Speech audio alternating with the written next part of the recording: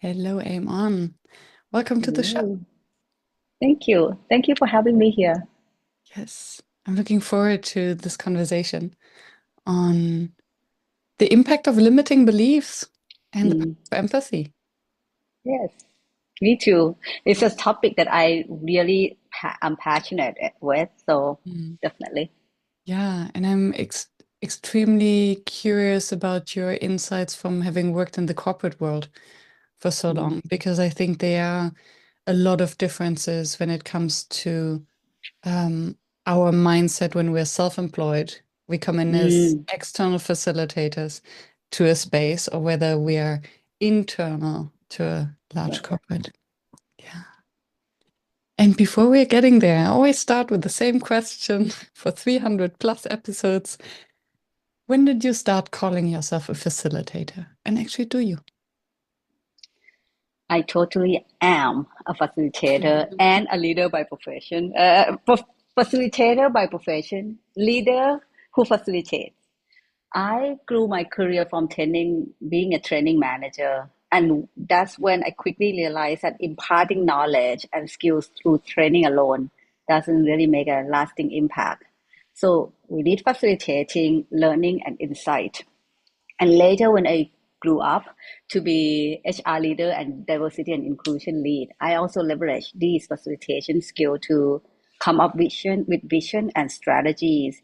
I don't think the vision and strategies are something that leaders would just sit in the room and do it, right? We need to facilitate the insights to get into the really right at place where it's aspirational, inspirational, and engaging, and facilitation is key. Well, I always find it's a fun challenge to have so many diverse perspectives at hand and synthesize it into a compelling vision. That's a challenging one. Yeah. Thank you for clarifying. What I hear is one, the distinction between, so when you describe the facilitative part in the work of you as a leader, I hear the mindset on the one hand and the skill set on the other hand. Totally. And then I hear the challenge of the synthesizing. So you get all these diverse opinions, but at the end of the day, as a leader, you sign it off. So how do You you need make to. sure not to be biased in your conclusion? Or maybe it doesn't matter. Maybe it's your job Well, to I be don't think we biased. can get away from being biased. Mhm. Like we are always like biased Yeah. in our, we have brains, so we have bias, right? And as a leader, you see big pictures as well. You see the big organization directional where we are going, and you get the key insight. I think it's more of a bridge. And definitely we need, it's not just getting insight and synthesize that insight. You need to bridge that with the corporate North Star, if you Mm, may. Yeah. So definitely bias a little bit. yeah. And yeah, and as you say, we have a brain, so we are biased. I love that. And as long as we're aware of the bias and know when it's Yeah, serving us and when it's not serving us. Um, totally. yeah. Yeah. Where did you learn to facilitate, or where did you grow the facilitative mindset? When did I grow to facilitate the mindset or having this facilitation mindset? I don't know. Did you Um, grow it? Where did it come from? I think it comes from like I started as a training manager at young age, right? When I finished my master. And so then they put me in a role of training manager. Luckily, they gave me education. So they gave me trainer. And during the trainer, it was taught to, doing the presentation skill and all that. And later, it was more of a questions that you ask, right? It's more of, I don't know, I just feel like it's grew on you because when you see the impact of your questions, then you add it in. You learn to add it in because you know that's what makes impact, Mm. right? So Yeah. you just learn to add questions in here and there just to poke challenging thought at them so that Mm. they have that, oh, I didn't think of that. That's Yeah. kind of stuff. So it's kind of like accumulated over time, I would say. Learning by doing. Mm. And I have one more curiosity on the topic. knowing that you are Thai, so you worked a lot in Thailand with Thai colleagues. Yeah. And from what I understand is that I'm German living in the Netherlands, so where hierarchies are relatively flat, I would say. Yeah. So in a context where you do face hierarchical differences, Hmm. how did you get your teams to actually follow you on this facilitated leadership approach?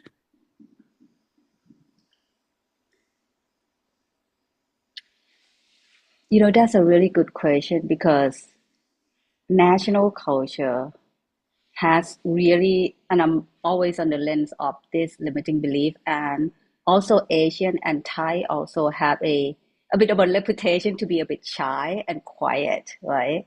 And hierarchical, right? So culture has a big role to play. The national culture has really big role to play in shaping our behavior and our belief system. Coming from a hierarchical culture myself, I know it so well. Well, people from hierarchical culture, the good thing is it comes with structure, clear role and clarity with decision making. And people from this culture tend to know how to read the room quite well. You need Mm, to go in and you need to know who's the decision maker, right? So you know how to read the room quite well. Limiting belief actually starting from a young age, from the culture, from the our upbringing and some of the past experience. So oftentimes with the hierarchical culture, it's more of like you don't speak like loudly or you don't talk back to your elder. And when you share your opinion, you need to know when and how to share it, right? So this is where I would say leaders brings the weather a lot. So when I am in that role of leader, including my own team and the organization that I co-lead with my leadership team colleague, it's so important that we talk about how leader brings the weather, and we talk about safe space. We talk about inclusivity in our culture a lot, even though in Thailand it's quite homogeneous. Still, there is a underlying exclusion. If you look closely, you will see that there is an in-group and there's out-group. mm, So how do you bridge that to make it inclusive? And how you talk about safe space and definitely vulnerability. I think mm. it's so important that we talk about it. And on this concept, I see leaders interpret them quite differently. It vulnerability means different things to different people, and we need to ensure that it's it's done right in a very genuine way. Yeah. Yeah. What I thank you for clarifying. What I hear is the need to make the implicit explicit. So, yes, you do have. I haven't actually thought of that the benefit of a strong hierarchical culture is the clarity. You know Yeah, exactly what are the rules, what are the boundaries, who makes the decision. And then if you want to break with these standards, you really have to break it down and make it very explicit of what is expected totally. Yes, and yes. how this shall And leader change. need to role model that, right? Yeah. So there are times that I will see leaders talk about them, they want to show vulnerability, Mhm. but at the end it becomes they are showcasing their struggle and how good they are at overcoming it. And I Which is think not that's kind of vulnerability. like, yeah, yeah. So it's a bit of a myth that we need to clarify Yeah. as people leader and as facilitator. Definitely when we contract with leaders that or the sponsor of the session that we facilitate. Yeah, that's such a good point. And I wonder to what extent, what is um, a misunderstanding or almost wrong education in the sense of what vulnerability and what psychological safety actually means and what is culture. Because I often have the impression that people think when they hear psychological safety or vulnerability, they think of sitting in a circle, singing Kumbaya, being best friends, and only being kind of nice to each other. Although it actually Oh, means the opposite, right? Psychological yeah, safety means that we can be tough to each other without taking it personally. yeah. So, this concept of vulnerability, do you think it's because it's a misconception of psychological safety, or is it really a cultural aspect? Maybe there's no word for vulnerability, or they think it means just pretending to be weak. When I said, because how do I say this? I get out of the local context for a while. So when I say vulnerability and leaders showcasing that success in overcoming and presented that as vulnerability, I I'm not talking about in the Thai context, just to be Mhm. clear. I see that from totally like all cultures. So 100%. right, you saw that Yes, too, right? yes, It yes, is, yes. it is. So it's not There's a just misconception of Chinese or it, yes. American. It's totally, and I think it's still in the mind of our leaders and ourselves as well, right? We all want to look good, and it takes courage to Yeah. be vulnerable. It takes courage to talk about your fear and your uncertainty, and that's different from. I think that's kind of universal. And in terms of psychological safety, this is where this one of my favorite things to do as a D&I leader is talking of demything the psychological safety, because inclusion means like provide environment where people feel belonged, respected, and can thrive. And psychological safety is one of the enabler. Mm, And if you want to have a psychological safety, it's not about you can talk about anything or just being nice. It's about saying things that matter with respect. If you're mm. not being respectful, you're Yeah. not providing the safe space for anyone. So for me, psychological safety mean exactly what you said. It's not just about being nice, but you talk about courage. And one person in the team, in the organization, didn't feel safe, it means you don't have psychological safety. Yes. Yes. Thank you. Thank you for I stating see that. that you feel resonate with that so well. Yes, so much. That's what I also always say. The psychological safety reduces to the least safe person in the room. If Yes. one doesn't feel safe, Yeah. nobody feels safe. Yeah. Uh, And that's a missed opportunities of intelligence in the room, right? If mm, the environment is not safe, you yes. don't get that intelligence, that juice that you want. Yeah. Yeah. Yeah. Absolutely. Because we are always holding, if the moment where we are not feeling safe, we're in the fight, flight, freeze. We're just trying to be safe, to remain safe. And Yeah. no creativity and innovation can happen in that space. Totally. Yeah, Yeah. yeah. And when we had the pre-discussion for today's interview, we spoke about limiting beliefs, and that Mm. this is your um, passion. Sounds maybe weird, but your curiosity. Well, I'm just going to go with passion. I'm super passionate about this topic. I want to spread the word to the whole world. Tell us Okay. where does your curiosity or your passion about limiting beliefs come from, and what do you understand by limiting beliefs? Yeah. So let me share my experience first. I am actually a victim of it myself, and that's why I feel very strongly about it. When I first joined my previous organization, I am from a non-scientific background. I joined my previous organization, which is very scientific. I was exposed to very different environment, different type of product, different type of people that I used to interact with. And I I didn't know why. I felt like everybody was smarter than I. Mm, Everybody understand each other except me. And I was under a lot of stress. I went into self-doubt, self-criticism.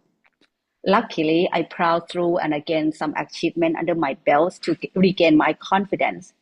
much later, though, that I found out that it was not that I was not good, it was that I was different.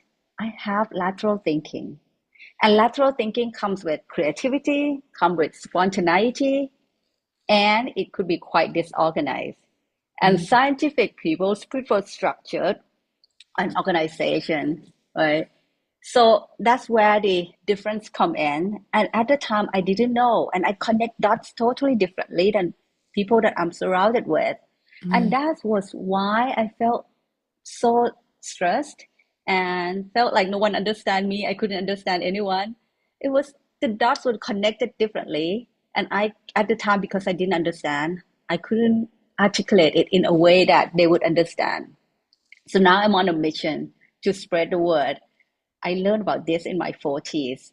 I think my life would have been much better if I learned about it like way before. So that's why I feel like everybody should know that this is a fundamental human being. We all have it to a certain extent. yeah. We just have to learn how to mitigate it. Yes. Oh, thank you. And it is so true. This kind of imposter syndrome, believing Yeah. that we are not as smart as we should be or how everyone else thinks we could be. Um, and I was lucky actually to realize in my mid 30s that Oh, everyone had it because I had a beautiful mentor and he was a very successful professor and entrepreneur. And one day he admitted over dinner that he was wondering when his colleagues would find out that he's a fraud. And we're like, if you have imposter syndrome, everyone has imposter syndrome. I know. Then I was everyone reading does. the book. I think it's A Promised Land by Obama, the Barack Mhm. Obama. His first chapter, I declare I have something in common with Obama. And I'm like, I go around talking about it with people. I have something in common with Barack Obama, with the president of the United States. He talked about his self-doubt as a president too. So I was like, president of the United States can have it. I have it too. I'm Yes. proud to have it. Yes, yes. Right? And I think it's something that we don't speak often enough. And I will come Mm, to your lateral thinking in a second. But I think it's also so connected with the concept of psychological safety. totally. Because the moment where we have self-doubt, and we will have self-doubt, if we have it as a leader, and someone asks us a question where we are in doubt and we feel like a fraud, we will snap back and we will be defensive because we think that Yes. it's an attack. But the moment we admit that we are fallible, we cannot know everything, then we are open to questions like, oh, thank you, good question. I don't know, maybe you have an idea, right? So I think if if there was enough safety at work to at least admit that we all suffer from self-doubt, no matter how high we are in the hierarchy, I think many problems would be solved already. Totally. I remember one time it was funny. My team came, I was an HR director at the time, and my team came to me for answer. And I was like, I don't know. I don't have the answer to this. And you know what he said? But you are the HR director. You should know. And I'm like, wait, I'm a human too. I'm allowed to not knowing and we figure it out together. I think that's a learning for him. Yeah. Yeah, Yeah, and that's a moment of vulnerability, right? totally. Um, Yeah. and of courage to say, I don't know. And then even to be faced, but you should know. You're my boss. Um, yeah. And then a opportunity, as you say, for growth and for learning. Um, and to come back to what you said about sorry, did you want to say something?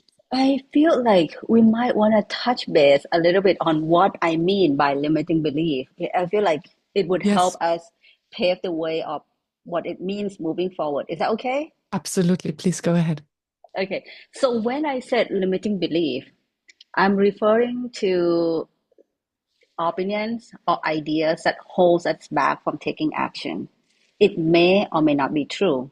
I give you some example. It could be some small things like not reaching out to a certain senior leader because I feel like she's busy and I'm too small. She might not want to talk to me.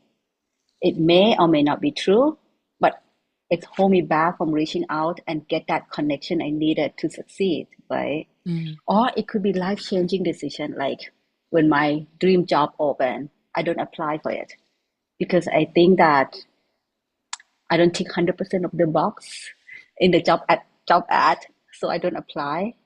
It may or may not be true again, but it holds me back from taking that action to apply. I self reject without trying. Mm. And is this always out of fear, fear of rejection? So Most of the time. reject ourselves first so that we don't get rejected by others? Exactly. Fear of failure, fear of not feeling belong, fear of not good enough, and definitely fear. Oh, there are two more fear that I want to add to. Fear of rejection that you mentioned, and fear of being judged. I Mm. Oh, know yeah. that I had it.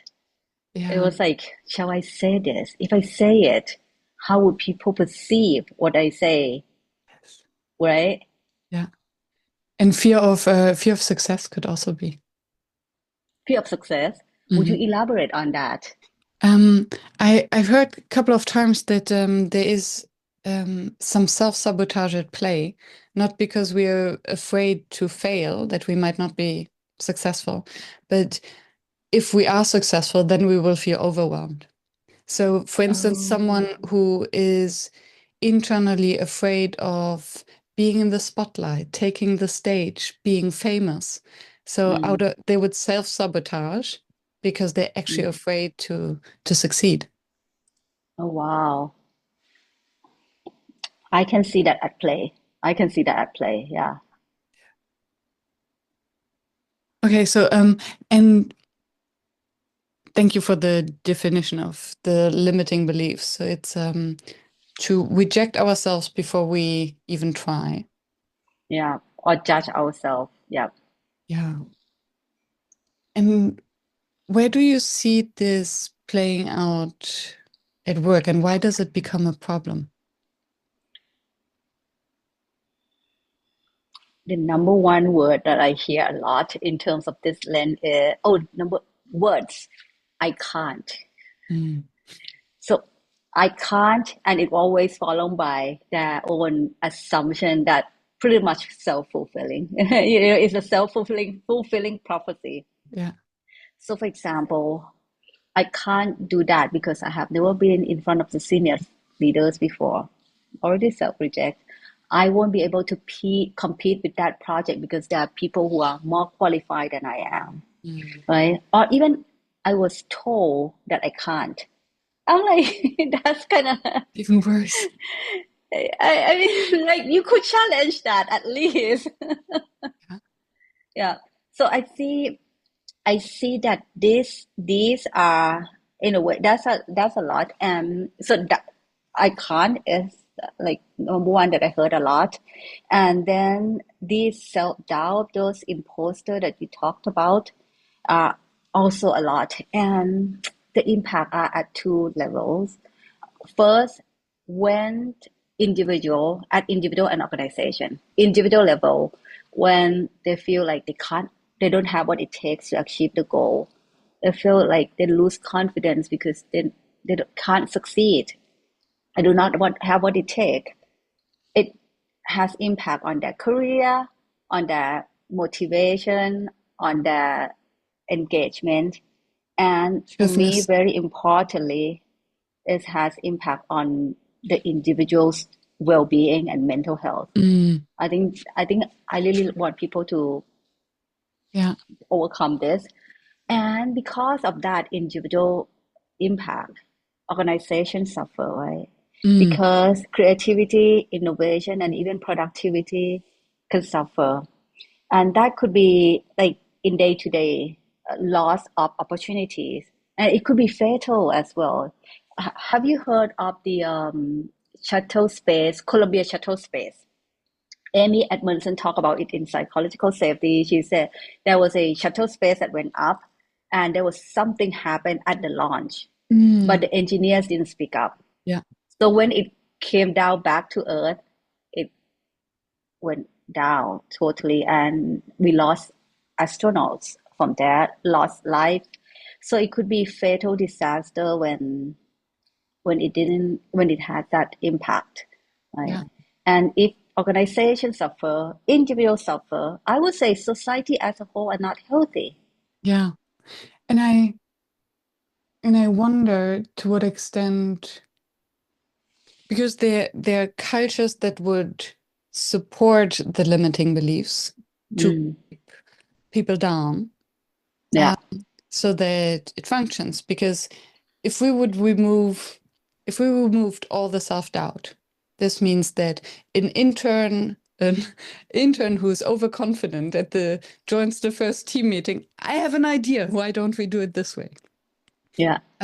What we often observe, because it's usually those who are very low in the hierarchy and those who are very high in the hierarchy, they have less limiting beliefs or more courage, so to speak. Yeah. And then something happens that they stop speaking up, right? Hmm. Something happens that they get the eye roll, they're told that, oh, you don't know anything anyway. And then this becomes a learned behavior. And I wonder whether, so I'm curious about the impact of organizational culture on the spread of this limiting beliefs, because there may be that's a vulnerability that's punished or rewarded. 100% agree with you that corporate culture and individual beliefs has like a delicate balance there, right? So if it's aligned, it can totally be a boost of morale, productivity, creativity, and innovation. But when it's go the opposite way, it's even worse because everybody will be under a lot of pressure to perform. They do not speak up because they fear of being judged or fear of consequences. And I think this is a bit sad and very much loss of opportunities. So this is why my passion in diversity and inclusion come in, right? Diversity means differences, and differences can be both visible and invisible. And diversity brings different perspective. Different perspective bring innovation. And the innovation and these productivities cool outcome can't happen if you don't have an inclusive environment. Safe and inclusive environment is really important so that you really enable people to explore and fail forward. I think it's important that both corporate culture and national culture for me has really impact on shaping individual beliefs, and it could be limiting or enabling. Mhm. We as leaders and facilitators has a role to play to shape them. Mm, yeah. So, what would be your advice to a team leader or an internal facilitator, maybe a team leader? How can we shift? How can we improve or disable the limiting beliefs of our team members, colleagues, groups? For leaders, I will share three strategies that I see working quite well. First, put the oxygen mask on themselves first. The way the leaders handle their limiting beliefs speak a volume. Their team look up to them. They are seeing the way the leaders is handling this thing and learning from the leaders, right? So I have, yeah, I'll share with you an example of my former Mhm. manager. She is so cool. She was one of my best.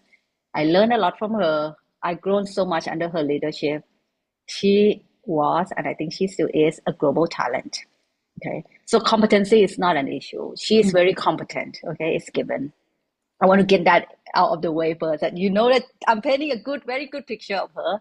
And when she was leading APAC, she would talk about the situation very transparently, talk about what she struggled with, talk about her fear, the estimation of what she's facing.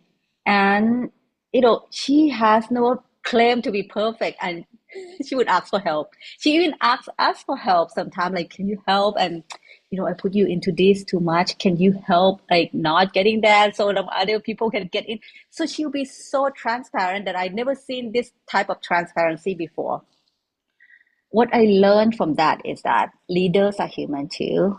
It is okay to ask for help. It is okay to struggle. and talked about it and venting even to a certain extent, right? But very importantly, all that you still have to deliver. Right? Yeah. It's not right. You still have to deliver and be human at the same time. Yeah. Oh, that's Yeah. my first Mhm. strategy. So let me Yes. recap. First strategy, put the oxygen mask on yourself first. And just to double down on that, I think it's so important, and that's what makes a good leader, right? That they can be vulnerable and deliver at the same time. So empower the team so that they are stronger together. Um, yeah, and congratulate. So happy for you that you had such a leader. I I think, know. yeah, there's so much to learn if they are transparent and vulnerable. Yeah. Yeah, thank you. We learn from the way she thinks as well, right? It's like in a way she walked us through her psychological emotions and everything in there. And there's so much learning because if we see how a leader deals with a specific situation, then Yeah. this also, assuming that it's aligned with the general values of the team or the organization, that it also educates every single team member on how to apply the values and the ways of working to very specific challenges. Yeah. And I think So to model this level of integrity and vulnerability um, is a fantastic learning opportunity. I was lucky. So the first strategy is how the leader handle their own limiting beliefs. Yeah. The second one is helping your team, right? And this is where your question actually also come in. So when it comes to helping others, and I'm not just talking about the team that you're like in charge of, I'm talking about people around you as well. I go back to basic trust. Trust is a really fundamental for team success or any relationship to flourish. Having mutual trust and respect is so important.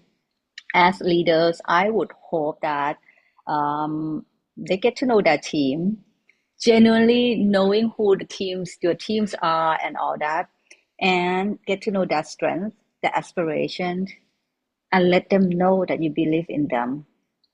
And then, and only then, that you can help them challenge their fear, their limiting beliefs, so to prove to themselves that they can. And I think it's important you have that fundamental. Um, I recall when I was one of my former team members, I see a global opportunities for her, a project, and I think she would do well in it. It will be a stretch, but she definitely can do it. So I shared my thought with her. I call her in, I share my thought with her. I highlight her strength, and definitely I told her that I think you can do it, and I leave that decision to her. At the end, she decided to take that lead, and she has done it beautifully well. And she grown and learned so much from it. I was so happy and proud. I was happy because she can prove to herself that she can. Like, not about anyone else. She proved to herself that she can. I think that's very important. Secondly, I was so proud that I was able to provide her with that experience. Mm. It was a great feeling. It was great. Yeah. Yeah. And what I often do when I spot a limiting belief, I ask one question: Is this true? So if someone said, if True. someone says, "I can't because I've never done that before," is it true that you can't? What Yeah. else have you done that might have prepared you for that? And just the question, is it true? Make them Yeah. like, I'm always, are you telling me that I'm a liar? But this kind of really shakes them up a little bit. Uh, Totally. It's like you actually shook them with your questions. yeah. Yeah. Yeah. And the third strategy. So the first strategy is the leader handling their own self-limiting belief. Second strategy is helping others, helping their team with trust. And the last one, leaders are responsible for corporate culture Mm, at a bigger level, at that team level, at a bigger level. I think you may have heard the phrase say, leaders bring the weather. And Mm, it's so true. Leaders need to be able to talk about their own limiting belief, shortcoming, providing support and inclusive environment. Sometimes at the team level, but sometimes if you are higher up enough, you can more modify, or how do I say this? You can work with the system to mm, shape process and interactions in the organization to be open and inclusive and safe to all. yeah. And I think this might be where then the friction and the difficulties start, right? Because especially managers who are in the middle, if they don't have this leader, this manager themselves who believes in them, who trusts Mm, them, who pays them forward, who challenge their limiting beliefs, then it costs a lot of effort to be the strong role model for their team. mm, totally. So, and that's something that I always wonder and struggle how to solve this puzzle that if there's something lacking on the very top.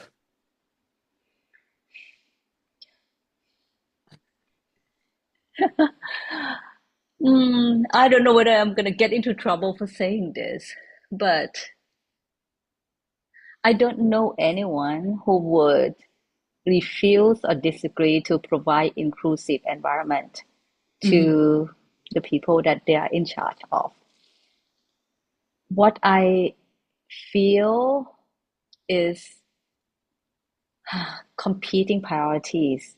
mm, That's something that is always like everybody has competing priorities.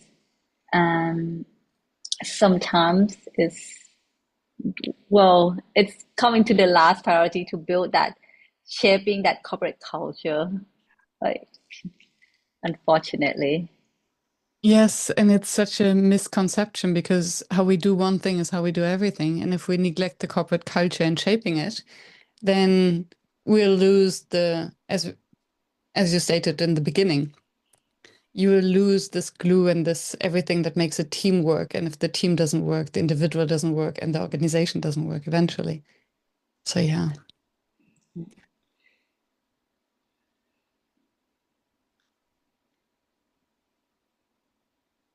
You mentioned something about the tone at the top. I trust that it's always there. It's the tone at the top is always there. And as leader and facilitator, I would invite us to also look at our circle of influence, where we can influence. Mm, Definitely, we can't like do everything for the whole world, but at least what we can impact, we do our best with intention. yeah. Yeah. And I think, and there might be a general misconception, and maybe that's controversial. I believe that managers get a higher salary not to do more work, not to do the micromanagement, to manage their people's work, but to actually absorb the pressure and create this kind of safe environment container of trust and commitment to their team. So true. And I think many misunderstand that. So it is a responsibility. Yes, they are taking the hit if there's a mistake, and they're protecting their team. It's not that they necessarily need to do more work or to control their team members. It's rather the opposite. And this is where the fear comes Mm. in, right? Some of the fear of not being good enough, fear of like not appear like I am in charge. Hmm. So that's why they went into micromanaging and instead of empowering and shaping what really matters, which is like how to set an environment where people can be innovative and productive, right? Yeah, it was. I only recently learned that, and it blew my mind. It's one of those things where I'm like, it's so obvious. Why didn't I know that before? that when we get into fight, flight, freeze, we everything that is already in the core of us will just get blown up. So if we are usually very much into want to deliver the clear results, we're into details, we're into controlling. So we are rather, is it the blue type that is more in the analysis and the small things? Then if we get stressed, if we're in fight, flight, freeze, if we're afraid, if we're in fear mode, then we'd go into this micromanagement to even control more the details, the small things. And if we're people pleasers, or we really care for relationships, and then we go into fear mode, then we'll overdo that we'll just grasp for, do you still like me? Do we still have a good relationship? And then become clingy. And all of that is very toxic in the end. And it's all Totally. fueled by fear. Yes. And you talked about this. It reminds me of a work by Shazad Shamin on positive intelligence. Shall I share with you a Yes, little bit on please. that? Yes, Okay, please. so I love his work. Um, he talks about there are two regions of the brain. One is the surviving mode, which is the fleet that you talk about, and the other is the thriving mode. And he also introduced the concept of judge. Like everybody has this inner critique, this judge. To a certain extent, everybody has it. He go as far as to claim that 100% of our stress are from these judge and saboteur. And what is the concept of saboteur? Saboteur is a accomplish. So how the judge work is that the judge will say you're not good enough. You need to prepare more. You shouldn't have done that. So the judge will critique you, right? And they will bring some uh, accomplished saboteur. And this accomplished saboteur will comes in different shape and form. Like for example, if you have that tendency to be people pleaser, you'll be totally always pleasing people. And my high is hyperachiever. I always want to achieve things so that I feel like in control, and my judge tell me that I need to do a lot so that I feel successful. Mm. And there are people who went into the flight, I think it's flight mode, where you avoid Mhm. you avoid things and becomes a bit too hyper vigilant to Mhm. us, to everything. So if you, I don't know whether we can share this link with the audience. It's a free assessment that he offers us to do and help us understand our tendency to react to this type of judge and self-critique. I find it's very revealing. And I love his analogy too, because the judge or the inner critics will appear like they mean well. Mhm. You need to do that so that you're good. You have to prepare a lot and all that, right? But his analogy, I love it. His analogy, it was saying that it's just like you put your hand on a hot stove. The judge will tell you that it's hot and you should remove your hand. And leaving your hand on a hot stove, it's like staying with the judge for too long, hearing and staying with that ruminating, with that self critique for too long. It's just like you put your hand on a hot stove and leave it there. Yes, very dangerous. Don't want to do that. Yeah.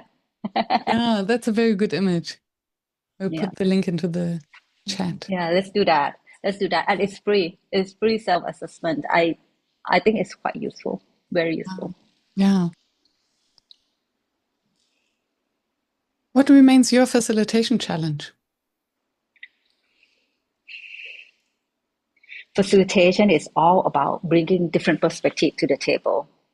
And personally, I love hearing those. I like hearing different perspective. I always get I haven't thought of that. Like that aha moment in me. I love that. So professionally, it's also required. But where is the balance, right? I Mm. need to always self-manage to ensure that this is good enough and we shall move on. We have limited time. We have outcomes that we need to achieve. So we need to, well, I need to self-manage on that. Mm, Otherwise, I enjoy different perspective too much. yeah. Especially when we're in a leadership role, right? So it reminds me, I had the situation, I was working for a German boss in a multicultural, multinational environment. So in Germany, it's very normal to get different experts around the table to hear their opinions, and then the leader takes a decision. In other cultures, where others' opinions are not invited officially and explicitly, they have never experienced that before. So they would be invited around the table to express their opinions and their advice. And at the end, when my boss took a decision, the Germans knew, oh, that's absolutely normal if my advice is not heard. But there were some others who felt overruled. I'm like, why did he ask me in the first place if he doesn't follow my opinion? And this I found very interesting about this. Um, Again, the cultural differences, but also the clarity in which we communicate about decision making and the process. So, Right. yeah, So this is where the role of facilitator and leaders also comes in, right? We need to also make it very clear on the of the decision making process. yeah, Sometimes with different cultures in the room, we need to make the implicit explicit. yes, yeah. Yeah. Yeah, I can see that we can get lost in the collecting different opinions, perspectives, and especially if we are people pleasers or if we have tendency of people pleasing, then it's difficult to take this decision or to stop the brainstorming, collecting ideas mode. And to say that's good enough. Like you need a bit of a courage to call it good enough, right? And move on. You need that because there's always that self-doubt to say, is this really going to be good enough for everybody or is this just good enough for me? Yes. Well, you need someone need to call it. And as a facilitator, you need to do that. That is so true. And it's funny, I'm just thinking of an internship that I did. A long time ago, I Yeah. was a student. And my boss over there, and I had to do some research and write some reports. And I remember that my supervisor at some point said, Miriam, may I give you one advice for professional life? There's no time for perfect. Learn learn to see what's good enough. Wow. You are so lucky you have surrounded yourself with really good mentor. Yeah, I was really lucky. And I didn't really understand what he meant back then. Yeah. Um, and now I think, and even there's it's very difficult. And then again, the culture, the corporate culture makes such a difference. A, what is good enough? And B, if we have different standards of good enough, how do we deal with mistakes Yeah. if it's maybe not good enough? Mm-hmm. Mm-hmm. Mm-hmm. Yeah. So that we also allow to align and make sure that actually everyone can grow without wasting time on overthinking it, double checking, or overworking. Yeah. And I like it that lately this word comes up a lot more in the corporate world. It's called experimenting, right? Mm, So we use experiment when this language matters so much, right? So when you we use the word experiment, it allows room to fail. It allows room to like play with it. And I used to have a manager who always say, you need to get it right the first time. That was always like really painful too. Like it was a always under a lot of I was always under a lot of pressure just because I need to get it right the first time. That mentality yeah. was such a difference between experiment and see how we learn, what we Yes. will learn from it.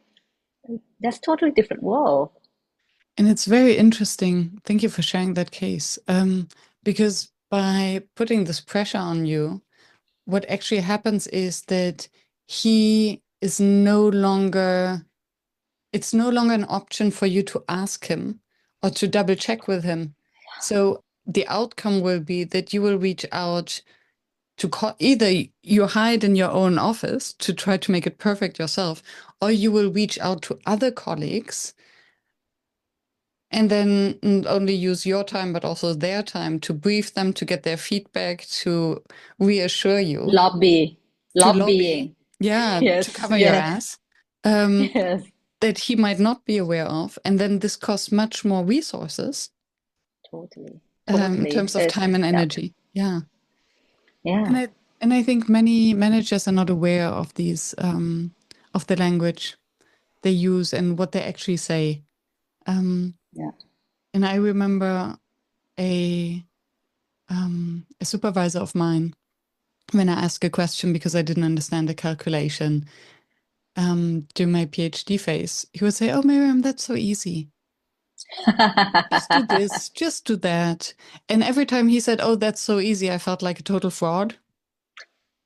You felt like you're stupid because this is Yeah, easy. If it's easy, you could have solved it already, right? exactly. And then Yeah. recently, I was together with my mom. We were helping my niece with her homework, and she's in second grade, so it's Mm. definitely not rocket science.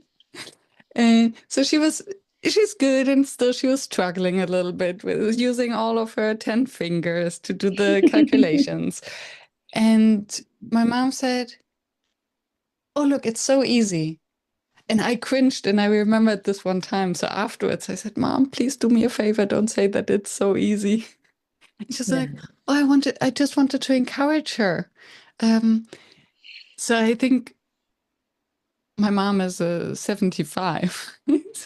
But and I think that many team leaders, managers, supervisors use that language, say, "Oh, that's so easy," Yeah. um, as a form of because they think it's encouraging and they're not aware of their Yes. words. Yeah, I think intention is always good. Yeah. The intention is there, a good intent. But then the implication of that is what we have to be mindful of. And then again, to your limiting beliefs, I think if I have had the self-confidence of being so smart, Mm. I wouldn't even have doubted. I wouldn't have felt like a fraud. I am going to say, you know, we learned about growth mindset for a Mhm. long, long time. And I finally get around to read her book. Mm, And this topic of limiting beliefs is something I'm just like super passionate with, and definitely I'm putting it in together. So when you label, like if someone label themselves, I'm smart, that's fixed mindset in a way, because then you always try to do things to confirm mhm, that you're smart, and you won't get out of that comfort zone, or even to a certain in an some experiment they even lie about mhm, the result they get so that they still appear smart to keep that identity. So i Good I point. felt like there is a insecurities at play at a to a certain extent, because even though if you are like you're really smart, Miriam, and you don't always know the answer, Mm, right? There is no way you know all the answer. So I'll be very careful mm. about that. That's a very good point.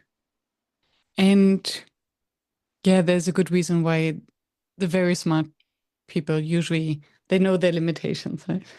I know what I don't know. Yeah.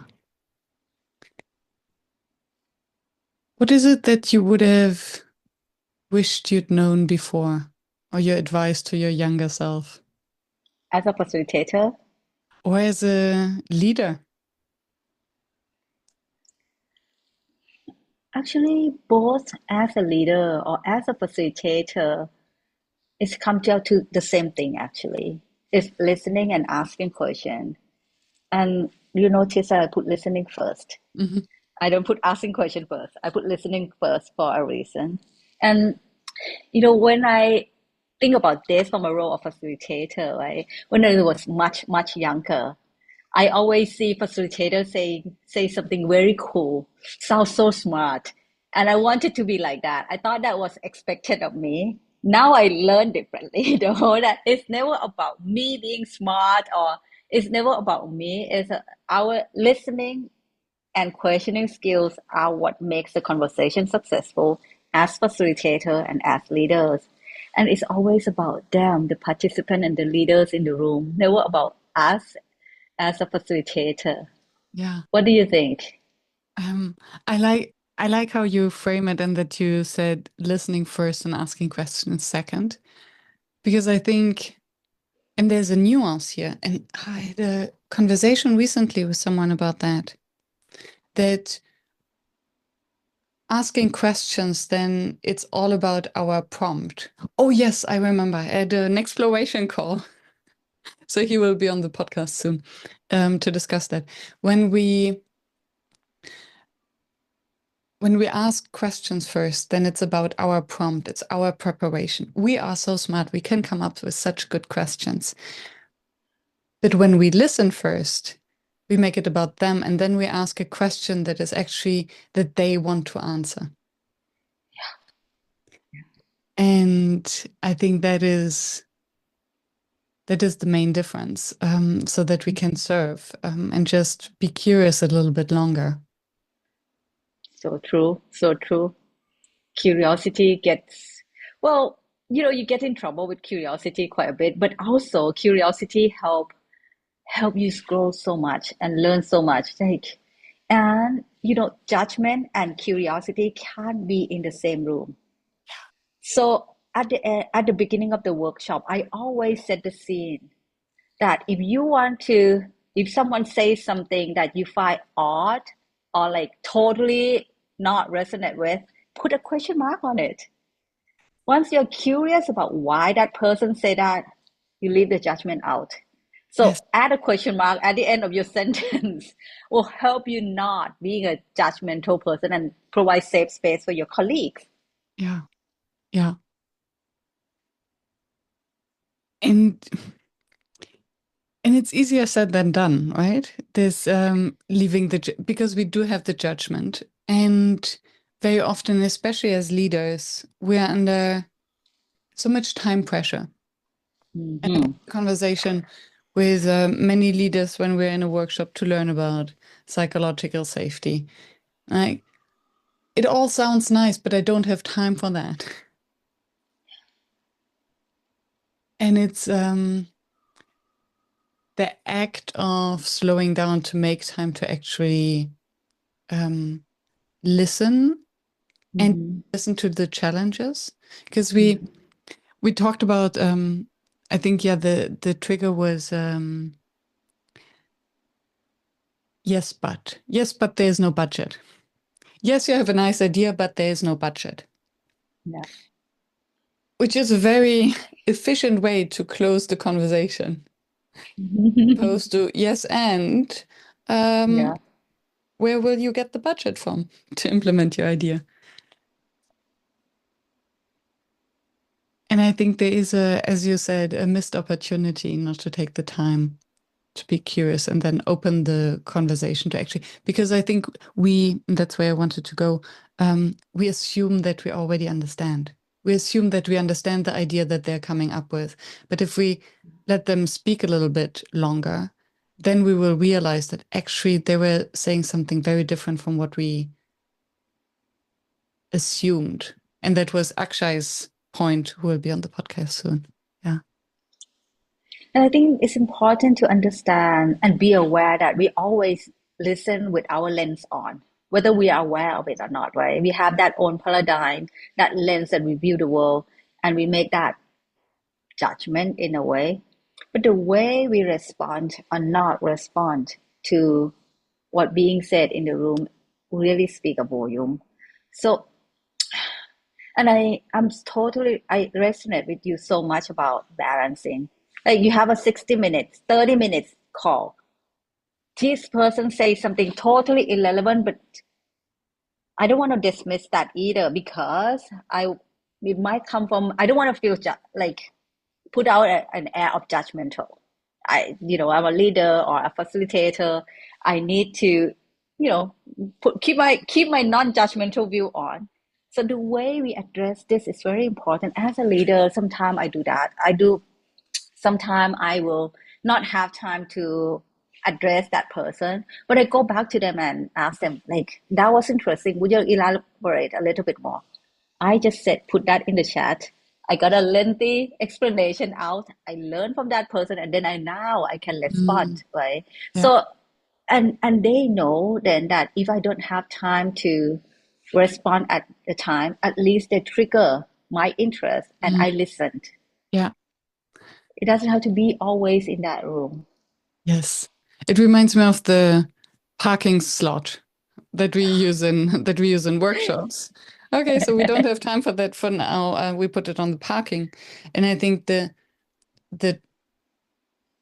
problem or the challenge with the parking lot when you're an external facilitator is everything that's on the parking lot will end up in the garbage.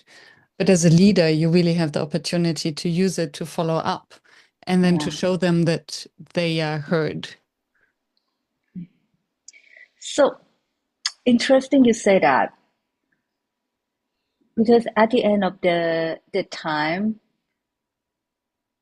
if we have that luxury, we will always like as a facilitator, we will always like let's come back to the parking lot, right? But sometimes we don't have that luxury. Shall we? If it's a mixed group, that's different. Because if like when I facilitate internally, it's always pretty much not such a mixed group. It's more Mm, of a like the team exactly. facilitation.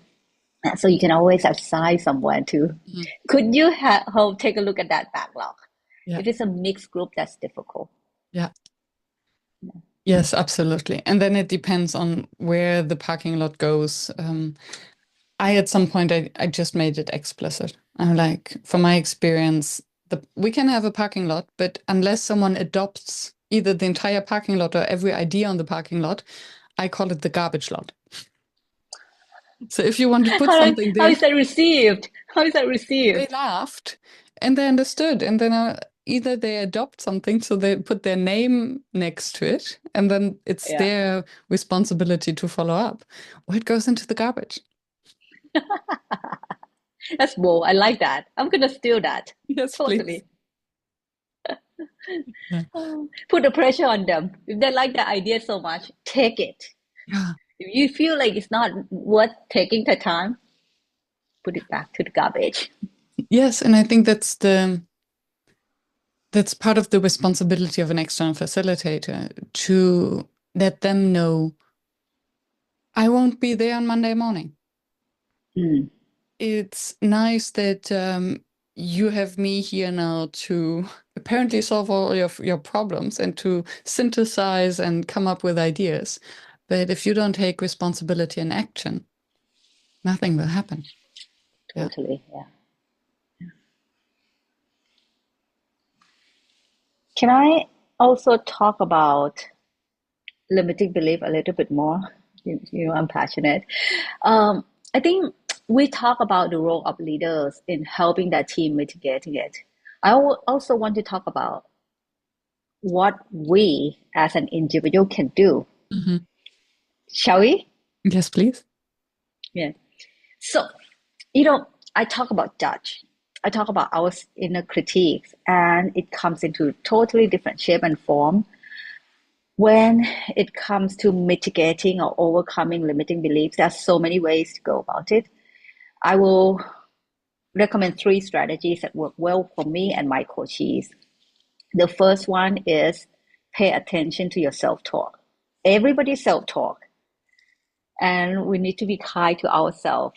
I would like to invite us to treat ourselves like we treat our best friend because we have that tendency to listen to our judge, our inner critique, and they can be very mean to ourselves. Mhm. So when we hear the judge talking, the inner critics talking, we need to be able to differentiate that this is the judge talking and the judge is not you.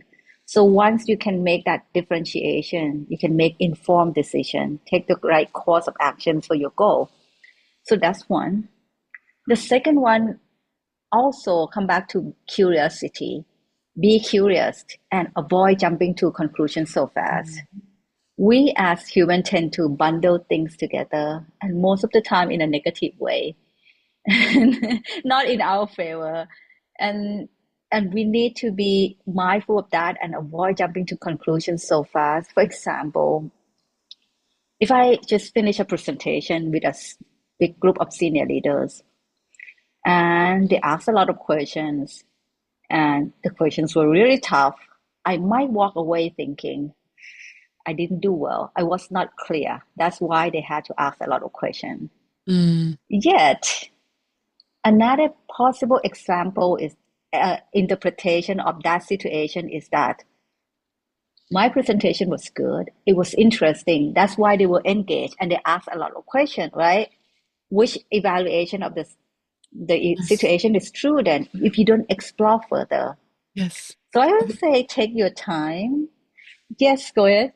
I would even go further. I think if they dare to ask questions, even critical questions, it's a sign that you are able to create the psychological safety that they dare to do so and that they take you seriously as an expert, because otherwise they wouldn't even bother asking. So they Yeah. assume you have an answer. Yeah, that's true. That's true. So that could be a good sign, right? So again, it depends on how you would like to take that interpretation. It could be interpreted either way, Yeah. but the key thing is be curious and explore. Avoid jumping into conclusions so fast. And the third strategy, this is the most fundamental one, very, very important, is mindfulness. Mm. Meditation or mindfulness practice of any kind will help strengthen your self awareness muscle. And once you're self aware, you'll be able to respond rather than react to the situation, right? And mindfulness has a lot of scientifically proven benefit that we all can enjoy, not just on the topic of limiting beliefs, so many others. And I know you're a fan of mindfulness and meditation as well. You want to chime in on that? Um, well, I'm a meditator. Um, Yeah. and I just recorded a solo episode after my last Vipassana retreat, on I the saw that. impact of, yeah, being self-aware of our body sensations. Yeah. So 100%. Because our Agree, right? body speaks to us before, usually before we react, before we speak. There's this itch, Totally. this knot in the stomach, or the tickling in our Yeah. shoulders. Yeah. And in Buddhist, we have a saying, you know what you are thinking, but you know that you are thinking? And I say this again, you know the content of what you're thinking, like the content of your thought, but are you aware that you are doing the act of thinking? Mm, Once you are aware, then you can make that informed choice of playing along with your thought or asking yourself, is this thought helpful? What yeah. can I do about it? Yeah. Because it might not be, it's not you and it might not be the truth. This reminds me of when I started meditating, and Mm. something I observe with many beginner meditators. The first time that I sat for 1 hour, I remember my friend asking me, "So how did it go, your meditation?" I was like, "It was amazing. I didn't have a single thought. I was just focusing on my breath." So I didn't even realize. I wasn't even aware of my mind going wild and shifting. So I was focusing on my breath while my mind was totally crazy, but I didn't realize.